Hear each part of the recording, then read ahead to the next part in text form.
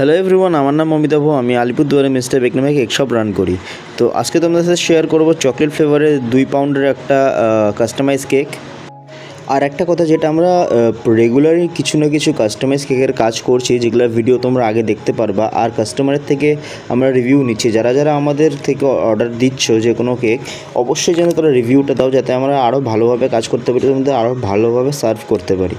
তো আজকের এই 2 পাউন্ডের চকলেট কেকটা ফার্স্টে আমি চকলেট লেয়ারিং করে নিই। তারপরে হচ্ছে উপর দিয়ে ক্রাম কোটিং কমপ্লিট করার পর সাইড আইসিং, উপরের আইসিংয়ের কাজ করি।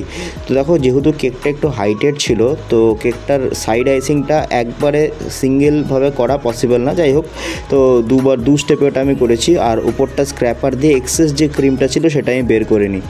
আর কেকটার কালারটা অন্যরকম হবে, এই জন্য আগে আমি ক্রাম কোটিংটা করে একটা নর্মাল আইসিং করে নিই। কাস্টমার আমাকে বলেছিল তার বাবা মার অ্যানিভার্সারি, তো কেকের মাঝখানে তার বাবা মার ছবি থাকবে, উপর দিয়ে আইসিংয়ের 2টো লেয়ার থাকবে। তো যথারীতি আমি তাদের ছবি প্রিন্ট আউট করে আরেকটা জিনিস, এটা হচ্ছে নন এডিবল ছবি, ঠিক আছে। যদি নন এডিবল হয় কেকের দামটা অনেক কম হয়, যদি এডিবল প্রিন্ট হয় কেকের দাম কিন্তু অনেকটা এনহ্যান্স হয়ে যায়, বেড়ে যায়। যাই হোক, তো ওরকম করে ছবিটা আমি ঠিকঠাকভাবে সেট করে উপর দিয়ে আইসিংটা করে নিই, যেটা হচ্ছে আমাদের লেয়ারিং আইসিং বলে। আর উপর দিয়ে হচ্ছে যেগুলো ফেদার, এটাকে অ্যাকচুয়ালি যে কী বলে, এটাকে আমি তো সব গ্লিটার ফেদার বলি, অ্যাকচুয়ালি বেকিং ভাষায় কী বলে সেটা আমার জানা নেই। আর হচ্ছে ফক্স বল কিছু স্প্রিঙ্কেল দিয়ে কেকটা কমপ্লিট করি। তো দেখো সবাই কেমন হয়েছে। আর থ্যাংক ইউ ফর ওয়াচিং।